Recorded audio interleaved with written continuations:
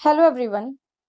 एक एज के बाद हम लोगों को अपनी जिम्मेदारियां अपने बच्चों को दे देनी चाहिए, चाहे वो बिजनेस की हो या घर की हो, क्योंकि एक एज के बाद उनका ये हक बनता है कि वो उस नई चीज को समझ सके, इंजॉय कर सके। और वो चीज अगर आप अपने सामने देते हो तो आप उनको गाइड कर सकते हो, आप उनको समझा सकते हो कहाँ सही है कहाँ गलत है और कैसे वो अपनी जिम्मेदारियों को अच्छे से निभा पाएंगे।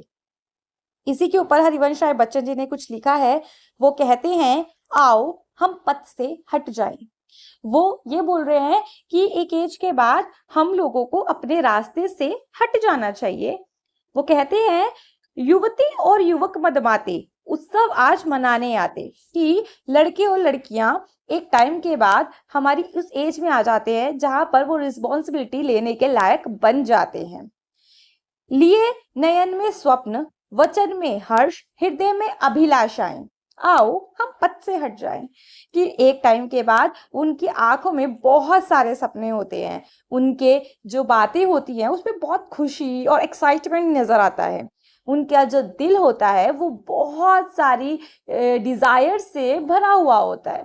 उस टाइम पे अगर हम अपनी जगह उनको दे दें, चाहे वो बिजनेस में उन्हें आगे बढ़ाना हो, चाहे घर में उनको आगे बढ़ाना हो, तो हमको उनके ऊपर विश्वास करना चाहिए और उनको एक मौका जरूर देना चाहिए।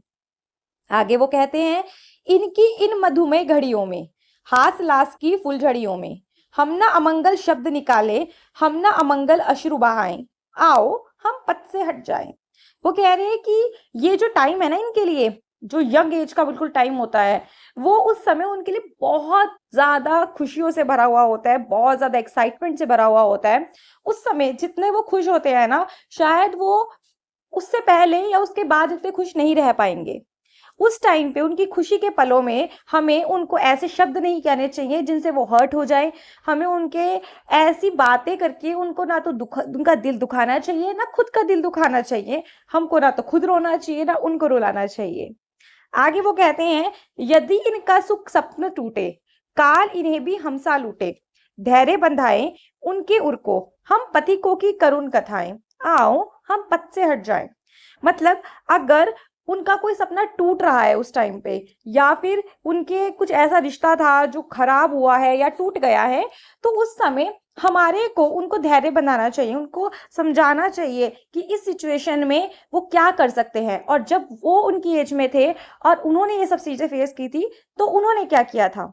तो अपनी स्टोरीज के थ्रू उन बच्चों को हम लोगों को मोटिवेट करना चाहिए, उनको समझाना चाहिए, उनके धैर्य को बनाए रखना चाहिए और हमको एक टाइम के बाद उनको मौका देना चाहिए। आई होप आपको ये कविता अच्छी लगी हो तो इसे लाइक कर देना, शेयर कर देना, चैनल पर पहली बार आए तो सब्सक्राइब के बिना बिल्कुल मत जाओ।